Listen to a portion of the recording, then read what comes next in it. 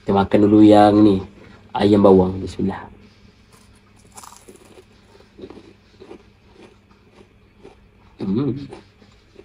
Ini sedap.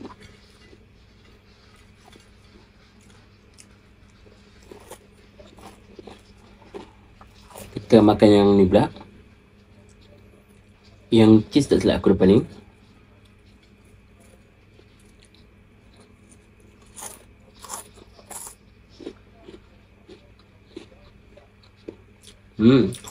Cheese dia pekat.